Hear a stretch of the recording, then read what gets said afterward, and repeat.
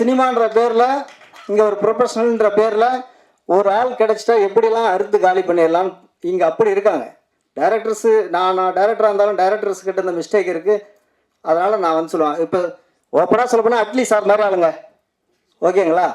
Atlee sir மாதிரி ஆளுங்க வந்து எப்படின்னா கிடைச்சிட்டாங்க தீட்டிடணும்.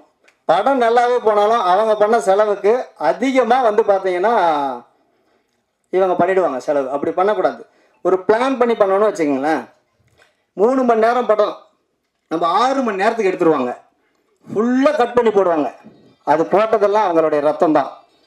ஏன்னா அது நமக்கு தெரியல ஒரு சீன் எவ்வளோ நேரம் வரும். ஏன்னா அப்போ எல்லாமே பண்ணாங்க. இப்போ இருக்கிற ஆளுங்களில் இப்போ வர யங்ஸ்டர் கூட நல்லா பண்ணிட்டு இருக்காங்க. இந்த மிடில் சில பேர் கமர்ஷியல்ன்ற பேரில் பண்ணுற அலப்பறை இருக்கு பாருங்கள். அதனால தான் இன்றைக்கி நிறைய பேர் நடுத்தெருவுக்கு வராங்க. 100 படம் எடுத்தவங்களாம் நடுத்தெருவுக்கு போனது காரணமும் அதுதான். நம்ம அது மாதிரி இருக்கக்கூடாதுன்றதை தான் நான் சினிமாவில் கற்றுக்கிட்டேன்.